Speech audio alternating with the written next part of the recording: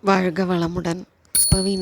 நற்பவி செல்வம் அருளும் வெங்கடேச பெருமாள் கோவில் சென்னை மந்தவெளி மார்க்கெட் பகுதியில் உள்ள மாரி செட்டி தெருவில் வெங்கடேச பெருமாள் ஆலயம் உள்ளது.